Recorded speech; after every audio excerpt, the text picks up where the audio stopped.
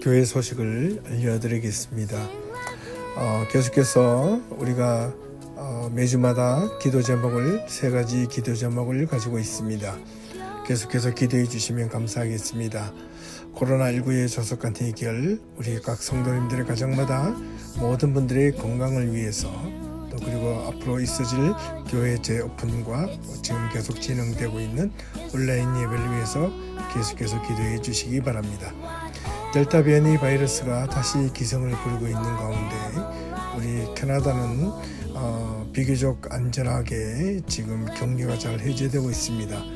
조금씩 다시 확진자가 늘어나고 있는데요.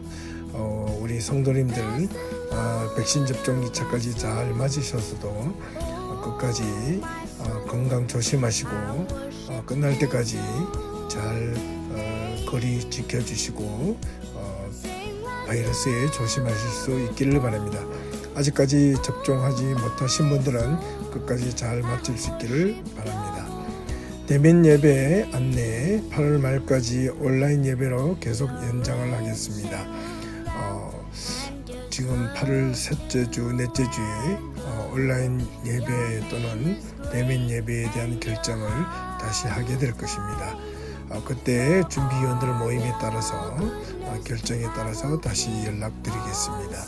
작년부 성경 공부 다음 주 8월 15일 주일 저녁 7시에 온라인으로 모이도록 하겠습니다.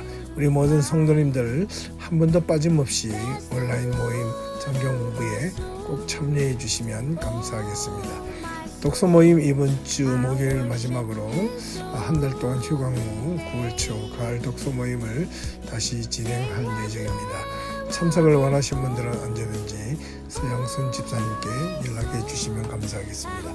8월 행사 계속되는 여러가지 설교 및 교회 행사를 잘 참고하시고 함께 적극적으로 참여해 주시면 감사하겠습니다. 헌금은 직접 은행에서 계좌 이체해 주시거나 김지원 권사님께 문의해 주셔서 전달해 주시면 감사하겠습니다. 예, 교회 소식은 여기까지입니다. 감사합니다.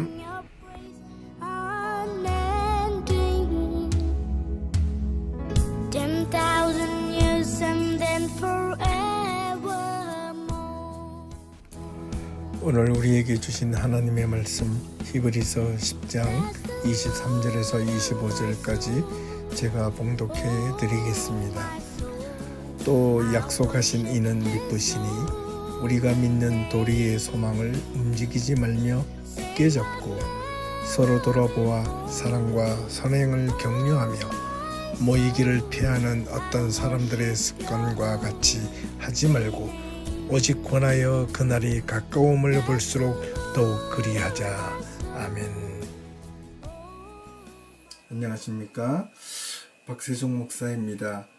2021년 8월 8일 예비교회 주일 예배를 우리가 함께 드리고 있습니다. 지난 한 주간도 무더운 여름 날씨 속에서도 우리 예비교회 성도님들은 모두 평안하시고 안녕하셨습니까? 코로나 백신이 많이 접종한 자들이 있어서 코로나 전국이 곧 끝이 나겠구나 하는 생각이 들었지만 다시 여러 가지 변수가 생겨 하루 앞도 내다볼 수 없는 오히려 예측할 수 없는 상황까지 다시 직면하고 있습니다. 우리 캐나다는 어느 정도 그 위기를 넘겼다고 하지만 아직 안심할 단계는 아닌 것 같습니다. 어느 기사를 보니 전 세계 인구의 85%가 아직까지 코로나 백신 1차 접종도 하지 못하고 있다는 소식을 듣고 나니 2차 접종까지 마친 우리들의 마음 또 저의 마음은 사실 그리 편치 못했습니다. 어느 한편으로는 참 좋은 나라에서 사는 덕분에 우리는 이러한 위험도 속히 어느 정도 빨리 피해갈 수 있다는 안도감도 있었지만 이와 반면 또 다른 생각이 접어드는 것은 왠지 미안한 생각이 가득하기 때문일 것입니다.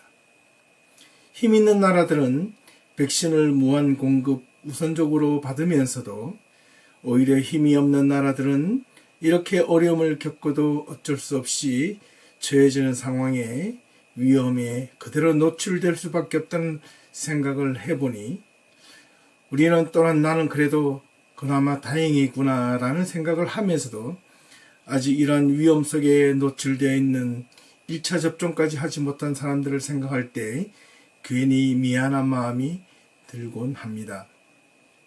속히 전 인류가 코로나 위기 속에서 속히 벗어나기를 함께 계속해서 기도해 주시면 감사하겠습니다. 사람은 태어나서 죽을 때까지 만남을 통해서 서로 관계를 맺어가는 존재입니다. 사람은 누구를 만나느냐에 따라서 그 사람의 일생에 또 인생의 방향이 결정되기도 합니다. 누구를 만나느냐에 따라서 그 사람의 인생이 결정되기 때문입니다. 옛말에 사람은 태어나서 죽을 때까지 4번의 사람을 잘 만나면 그 사람의 인생은 성공한 것이라 라고 말을 하기도 했습니다.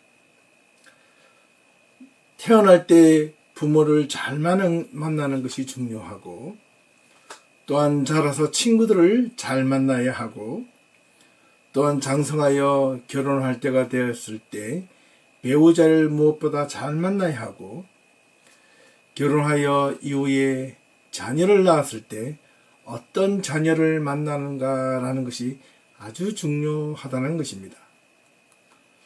그런데 우리가 돌아보면 두 가지로 다시 나누어질 수 있는데 그 첫 번째는 부모를 만나고 자식을 만나는 것은 어떻게 보면 개인적으로 선택할 수 있는 일이 아닌 반면 우리가 태어나서 학교를 가서 친구를 만나고 주변에 있는 사람들과 사귈 때 친구를 만나고 배우자를 만나는 일은 어떻게 보면 선택적인 상황이라 말할 수 있겠습니다. 어떤 친구를 만나고 어떤 배우자를 만나느냐에 따라서 우리의 나머지 인생도 바뀌어질 수 있을 겁니다. 특히 요즘 같은 시기에는 친구를 만나기도 쉽지 않고 또 결혼 시기를 앞둔 배우자를 만나기도 더더욱 어려운 시기에 놓여진 것 같습니다. 무엇보다도 결혼할 시기에 결혼을 하지 못한다는 것은 여러 가지 이유가 있을 것입니다. 누구를 만나야 친구도 사귀고 이성도 만나야 마음을 주고받으면 또한 사랑도 할 수 있고 결혼까지도 할 수 있을 터인데 이렇게 쉽게 만나는 것 자체가 쉽지 않은 상황 속에서 우리는 이러한 때에 특별히 신앙인으로서 어떤 삶을 살아야 할 것인가를 오늘 함께 고민해 보겠습니다.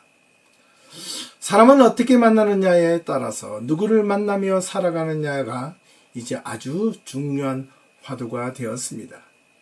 그래서 어떤 사람을 만나고 누구를 만나느냐에 따라서 사람의 인생도 달라질 뿐만 아니라 그 사람이 행복하게 사느냐 아니면 불행하게 사느냐에도 달려 있을 수 있을 겁니다. 특별히 신앙 공동체 안에서도 중요합니다. 어떤 신앙인들을 만나느냐에 따라서 그 신앙의 가치와 방향이 달라질 것이고 또한 어떤 목회자를 만나느냐에 따라서 여러분의 신앙의 방향이 완전히 달라질 수 있을 것입니다. 여러분의 신앙을 바르게 잡아주는 목회자를 여러분은 필요로 하십니까? 아니면 하나님의 말씀보다는 단지 여러분의 삶의 유익함을 위하여 그런 것을 기대하는 목회자를 원하십니까? 제가 목회자로서 늘 고민하는 것 가운데 한 가지가 있다면 제가 우리 성도들에게 어떤 목회자이어야 하는가를 날마다 하나님 앞에서 물어보고 있다는 것입니다. 오늘 말씀의 제목이 모이기를 힘쓰라인데 지난 1년 6개월 동안 코로나 상황에서 모이기란 여간 힘드는 것이 아니었습니다. 우리 예비교회 성도님들이 7월 마지막에 1년 6개월 만에 처음으로 야외에서 예배를 가졌습니다. 많은 숫자가 모이지 못했지만 그래도 어느 정도 숫자가 모여서 우리가 함께 예배드리고 음식을 나누며 또한 함께 서로의 가지고 있는 지난 1년 6개월 동안에 서로의 아픔과 기쁨들을 나누었습니다. 어떤 분들은 이런 코로나 전국에서 도리어 만나지 마라, 같이 있지 마라, 집에 머물러 있으라라는 이야기만 너무 많이 들었습니다. 그러다 보니 오히려 이것이 이제는 일상적인 삶이 되어버린 것 같습니다. 하지만 우리는 언제까지 이렇게 각자 따로 떨어져 살아갈 수는 없을 것입니다. 무엇보다도 그리스도의 공동체는 어떤 식으로든 자주 만나야 합니다. 자주 만나서 서로의 안부를 묻고 기도해주는 참된 공동체가 되어야 합니다. 그리스도인들이 가장 소중하게 생각하는 예배 역시 지난 1년 6개월 동안 긴급한 이런 코로나 상황 때문에 함께 모여 예배를 드리지 못하고 각자 집에서 온라인 예배로 드려야 하는 상황이 지속되다 보니 어느덧 오히려 이런 높아심의 이런 예배 방식이 익숙해 버리지나 않았을까라는 그런 걱정마저 들기도 합니다. 이러한 예배 방식이 옳다 나쁘다라는 것보다는 우리의 궁극적인 목적은 서로에게 얼마나 신앙 안에서 교회 공동체 안에 있는 식구들을 향하여 관심을 가지고 있느냐가 더욱 중요한 과제가 되어버렸습니다. 온라인 예배는 분명 지금과 같은 위기적 상황에서 대처 방안으로 만들어진 것임을 분명 기억할 필요가 있습니다. 왜냐하면 예배를 멈출 수 없기 때문에 그렇습니다. 시대도 많이 달라져서 예전과는 다르게 이런 온라인 예배가 또 하나의 예배의 방식으로 대안으로 제시된 것뿐이지 본래의 예배의 목적은 성도들이 함께 모여 얼굴을 마주하고 그리고 서로의 안부를 묻고 기도하고 예배하고 찬양하며 하나님께 예배를 함께 모여 예배드리는 것이 우선이라 하겠습니다. 우리 성도들은 시대가 변하고 바뀔지라도 서로 함께 만나서 함께 믿음 안에서 얼굴을 마주하고 교제하며 나눔이 있어야 한다는 그런 공동체라는 사실을 결코 잊어서는 안 될 것입니다. 지금 우리의 현실은 그리 녹록하지 않습니다. 캐나다 안에서도 현재 1차 접종 현황이 7월 말 현재로 70%가 넘었고 2차 접종자도 약 50%가 가까이 되어가고 있습니다. 그래도 확진자가 줄어들고 있는 상황에서 그동안 억눌려 있던 이런 모임 제한을 풀고 나니 거리와 사람들 만남 속에서도 점점 해이해진 마음이 있지 않는가라는 염려가 없지 않아 있습니다.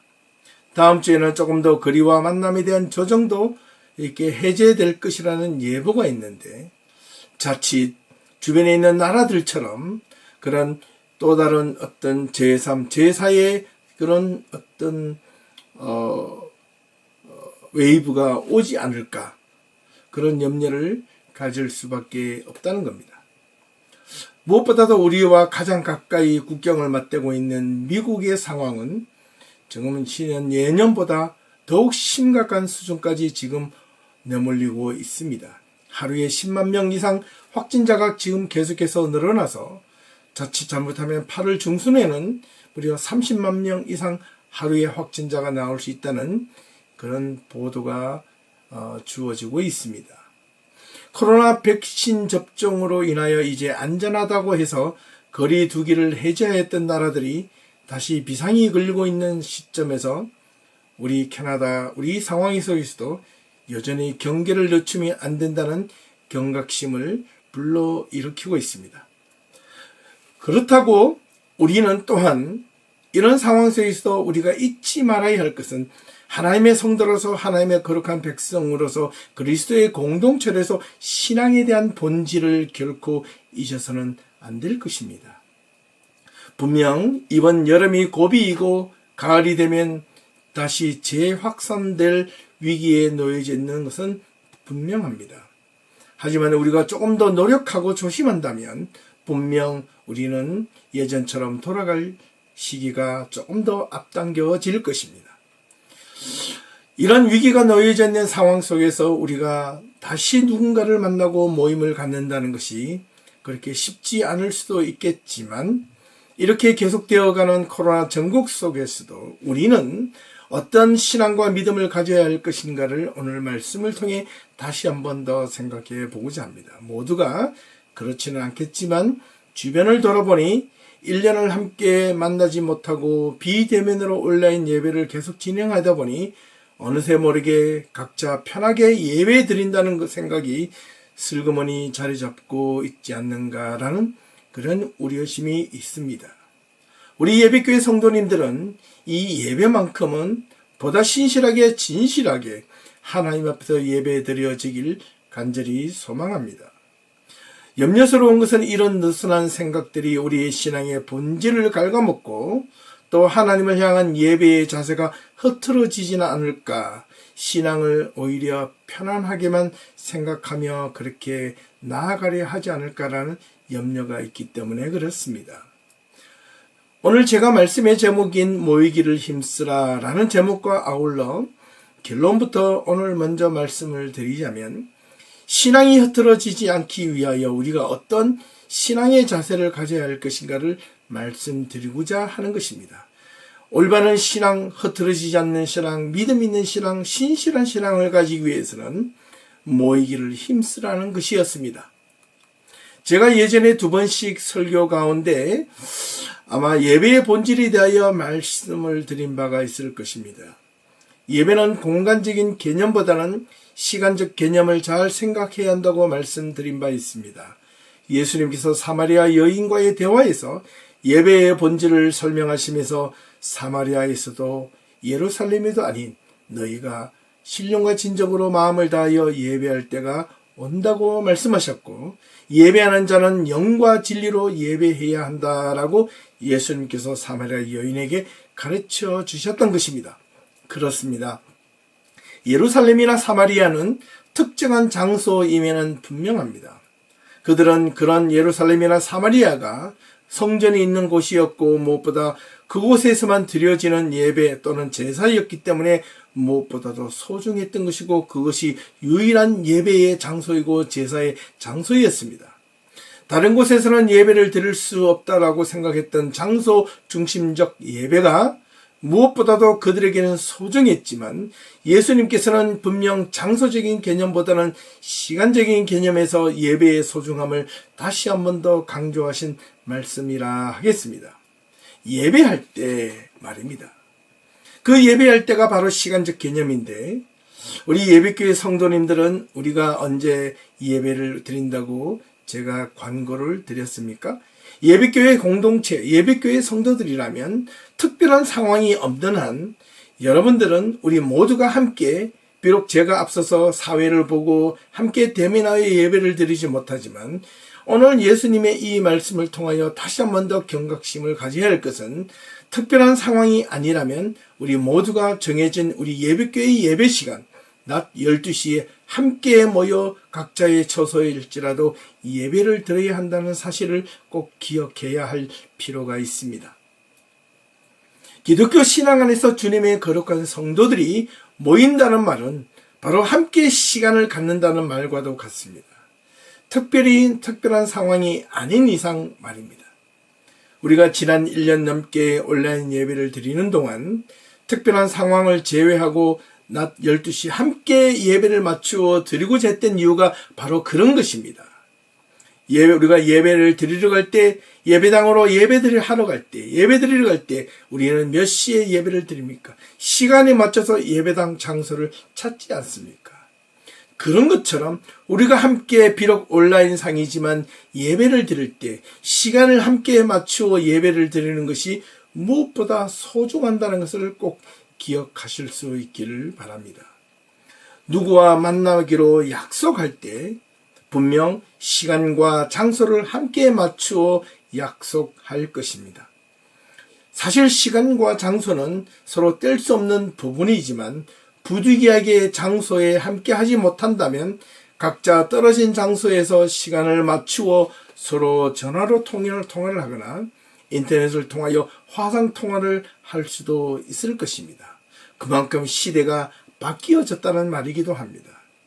그러기에 부득이한 경우를 장소가 여의치 못한 상황에 직면했을 때 우리는 장소보다는 시간적 개념에서 더욱 만남에 소홀하지 말아야 한다는 것을 반증해 주고 있는 말씀이라 하겠습니다. 믿음의 성도들은 무엇보다 한 교회 공동체에 소속된 일원으로서 신앙생활을 잘 유지해 가려면 그 교회 공동체가 소속된 방향과 함께 보폭을 맞추며 함께 살아가야 합니다. 교회 공동체가 제시한 모임에 모두가 적극적으로 참여를 하셔야 합니다. 예를 들면 예배 시간이라든가 그리고 우리가 성경 공부 모임이라든가 기타 교회가 정해준 여러 가지 참여하는 방식 모임 같은 것 말입니다. 신앙 공동체가 함께 모여 해야 하는 주된 관심사는 하나님의 말씀을 듣고 배우고 그 말씀을 가지고 우리가 배운 말씀 간에서 우리가 세상을 어떻게 살아갈 것인가를 서로 위로하고 주고받는 데 그 의미가 있다 하겠습니다. 그런 신앙적 삶을 주고받는 가운데 시시콜콜 사소한 이야기에서부터 또는 진지한 이야기까지 모두 꺼리낌 없이 우리가 서로 나누어질 때 그 공동체는 참된 신앙 공동체가 될 수 있을 것입니다. 사람은요 절대로 힘들어서 망하지는 않는다고 합니다. 오히려 위로를 받지 못해서 망하고 위로를 잘 받으면 위로받지 못하는 사람들보다 더 많이 4배나 그 이상으로 다시 쉽게 일어설 수 있다고 합니다.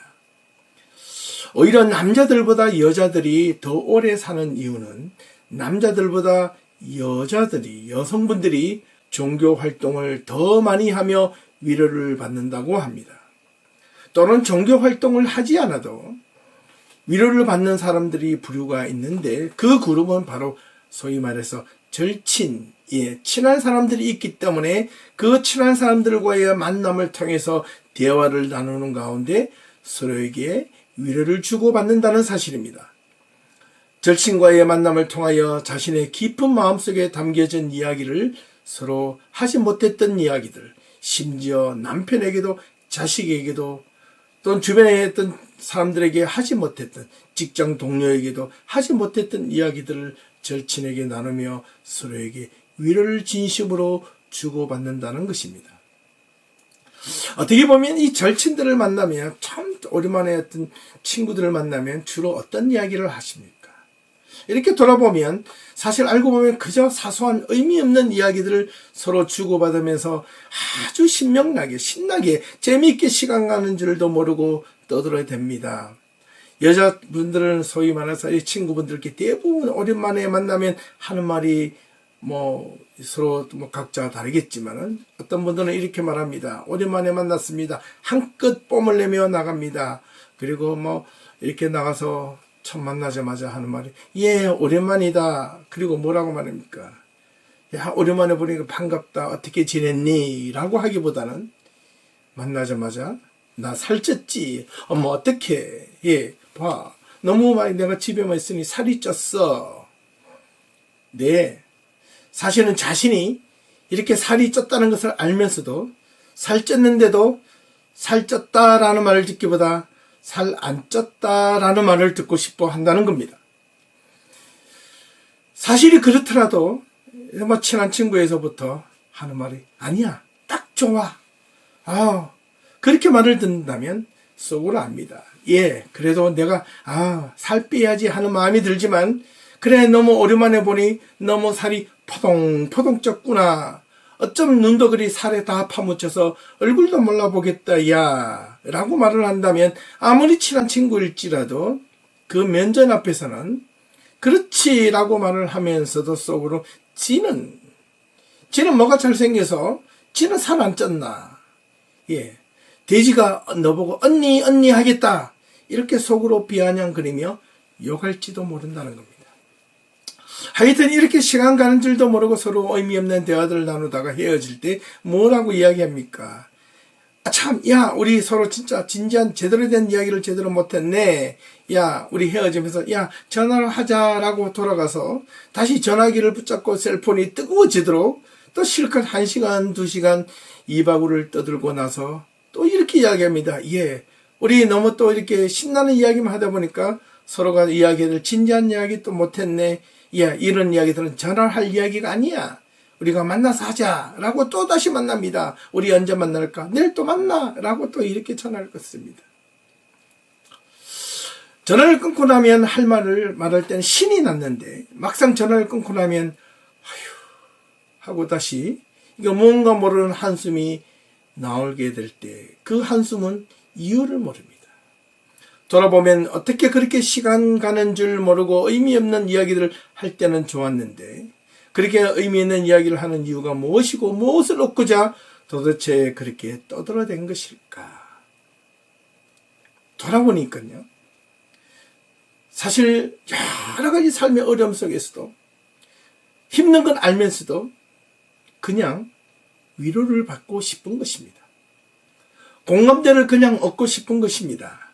위로와 공감대가 필요한 시대에 자신의 처지가 어떤지 알면서도 단지 그냥 공감대를 얻고 싶어서 그렇게 의미 없는 말을 막 떠들어대며 그렇게 또한 자신의 삶 신체적인 부분이나 여러 가지 상황들을 서로 주고받으며 물어보는 것입니다. 특별히 우리 믿음의 공동체가 서로 신앙 안에서 진지하게 위로를 주고받을 수 있는 것이 있다면 무엇인가? 그것은 바로 하나님의 말씀으로 위로를 주고받아야 하는 것이지 세상적인 물질이나 다른 어떤 것으로 먼저 위로를 주고받을 수는 없다는 것을 기억할 필요가 있습니다. 그렇게 되면 주객이 전도되는 것입니다. 오늘 본문이 있는 히브리서 10장 23절에서 25절 말씀에 히브리서 기자는 그리스도의 공동체가 가져야 할 믿음의 위로, 신앙의 위로는 어떠해야 하는지를 분명하게 가르쳐 주고 있는데 이런 믿음의 위로, 신앙의 위로를 가지기 위하여 어떤 것을 또한 해야 하는 것인가를 분명하게 제시해 주고 있습니다. 한번 제가 다시 한번 읽어보면 또 약속하신 이는 미쁘시니 우리가 믿는 도리의 소망을 움직이지 말며 굳게 잡고 서로 돌아보아 사랑과 선행을 격려하며 모이기를 피하는 어떤 사람들의 습관과 같이 하지 말고 오직 권하여 그날의 가까움을 볼수록 더욱 그리하자라고 했습니다. 약속하신 이는 미쁘시니 조금 어려운 말인들 같지만 결코 어렵지 않습니다. 실제는 이렇습니다. 약속하신 이는 신실하시니라는 뜻입니다. 신실하다라는 말은 믿을만 하다라는 겁니다. 신뢰할 만한 하다라는 겁니다.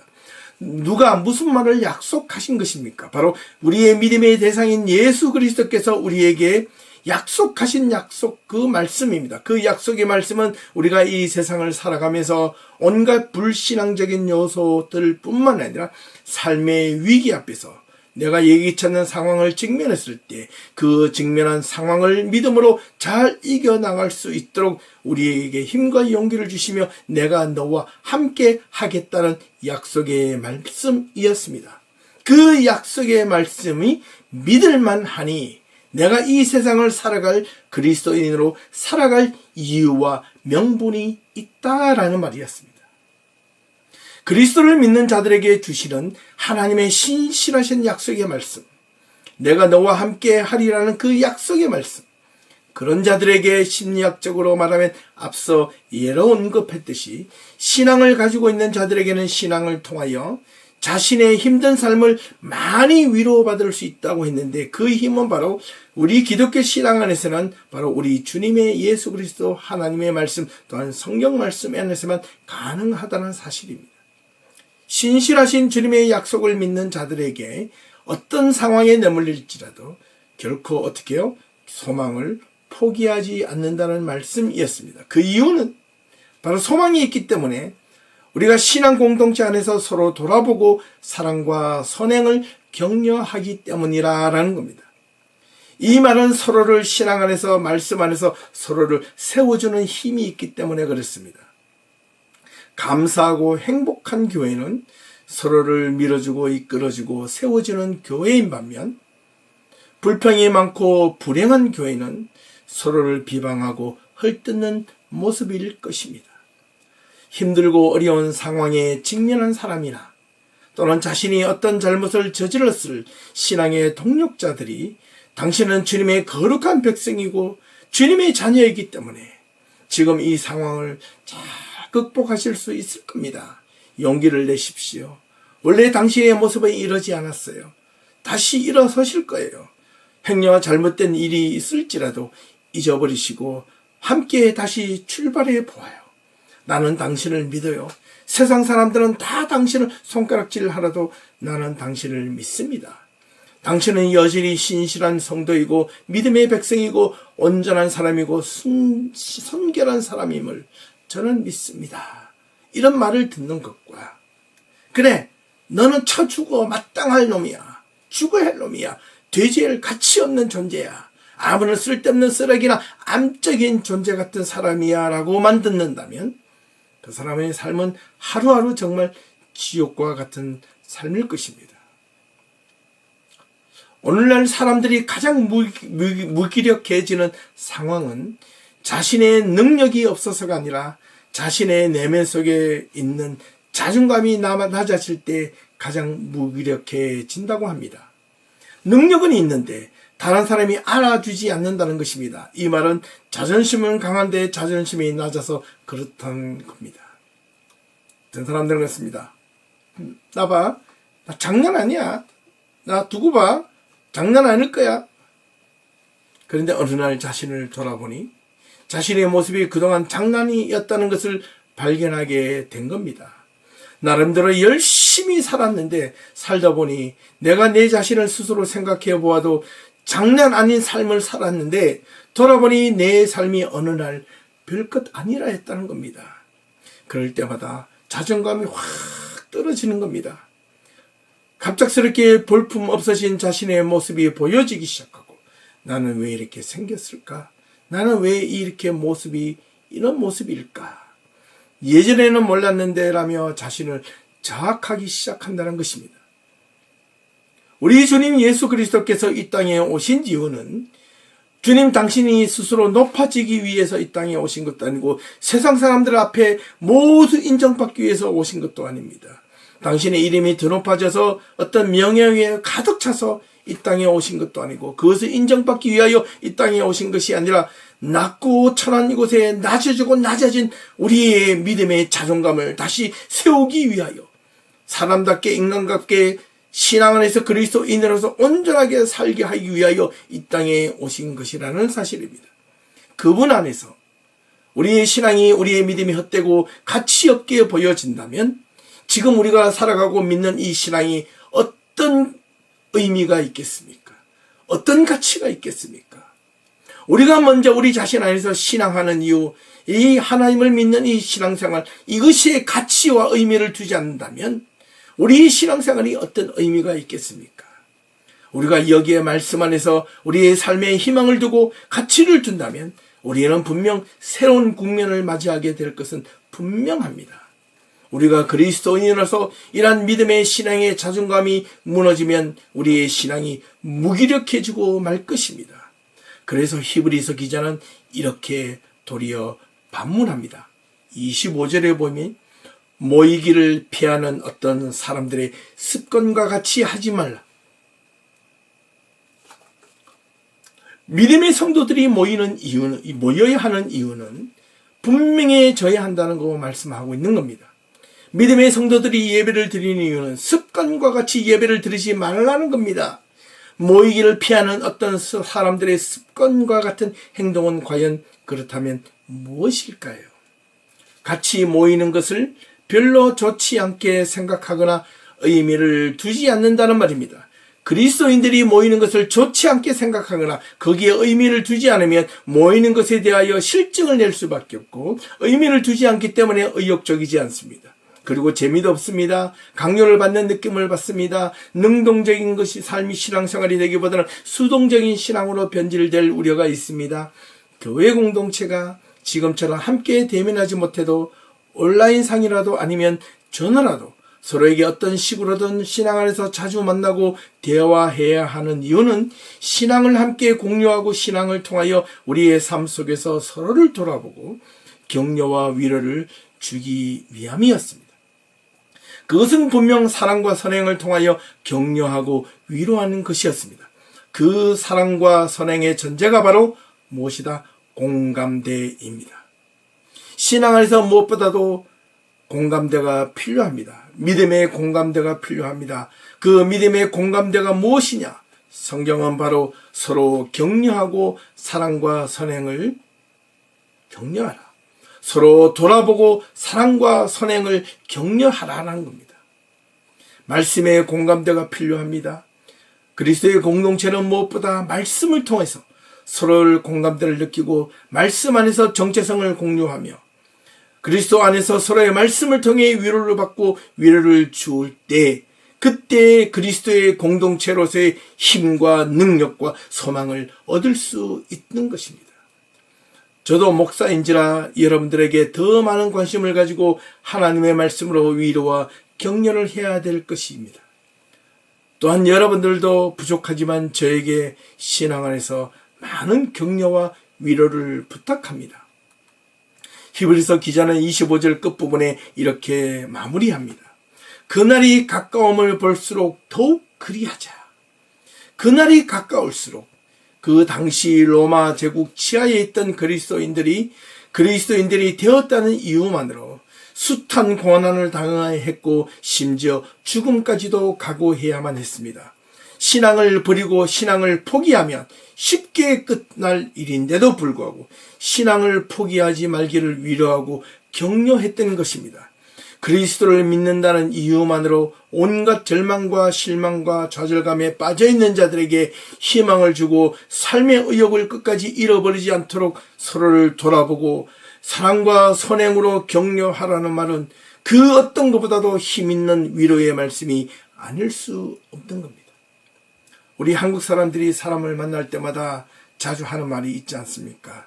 야, 우리 언제 한번 시간 내서 밥 한번 같이 먹자.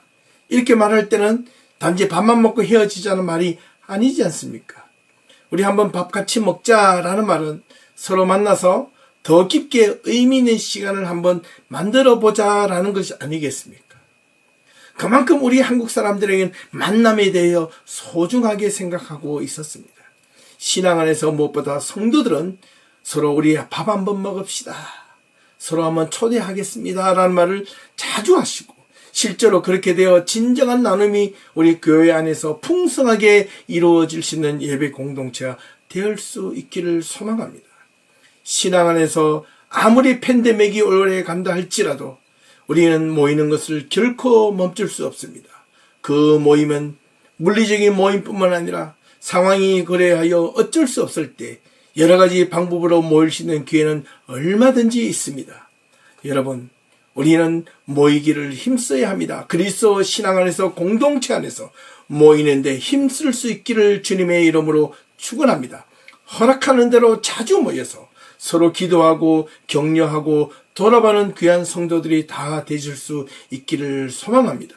우리 예배교회 모든 성도들은 다시 오프라인에서 만날 때까지 열심히 다해 우리가 먼저 보이지 않는 곳에서도 우리가 정해진 교회 예배 시간에 각자의 처소에서 예배 시간을 잘 지켜서 예배를 드려주시기를 또한 진심으로 기원합니다. 그리고 많지 않는 성경 공부 시간도 함께 잘 참여해 주시기를 부탁합니다.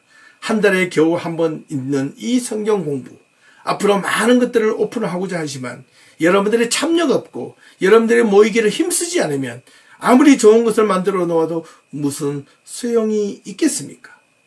그래야 우리가 다시 오프라인에서 만날 때 더욱더 많은 우리의 마음가짐을 서로 나누고 함께 주고받고 위로를 할 수 있지 않겠습니까?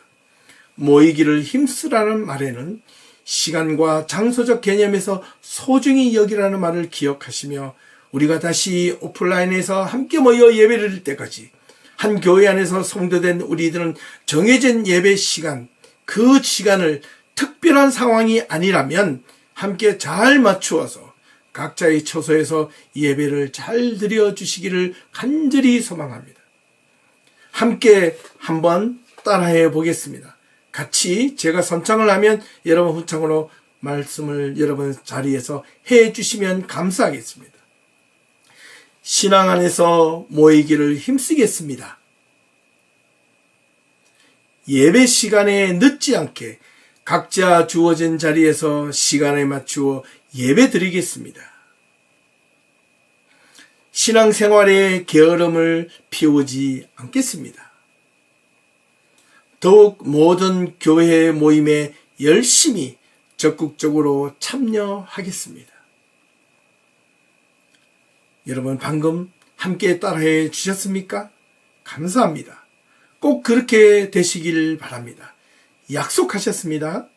그리고 많지 않는 교회 모임의 온라인일지라도 더욱 열심히 모임에 참여해 주시길 간절히 소망합니다.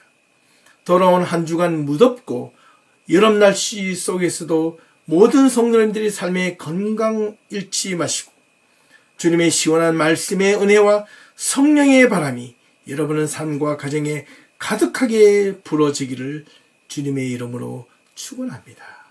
함께 기도 드리시겠습니다. 하나님 아버지 감사합니다. 오늘 말씀을 통하여 왜 믿음의 성도들이 모이기를 힘써야 하는지 그 이유를 우리가 알았습니다. 서로를 말씀 안에서 신앙 안에서 돌아보고 사랑과 선행으로 격려하기 위함이었습니다. 또한 우리 성도들이 모이기를 피하는 어떤 사람들의 습관과 같이 하지 말고 그날이 가까울수록 우리의 삶이 힘들고 고될수록 우리의 삶이 신앙이 무너뜨리짐을 당함을 느낄수록 우리가 나태할수록 우리의 마음이 흐트러질수록 더욱 그렇게 열심을 내어 함께 신앙 안에서 모이기를 힘쓰는 거룩한 성도들이 다 될 수 있도록 도와주시옵소서. 이 한 주간도 우리 성도들의 삶을 지켜주시길 원하옵고 예수님의 이름으로 기도하옵나이다. 아멘.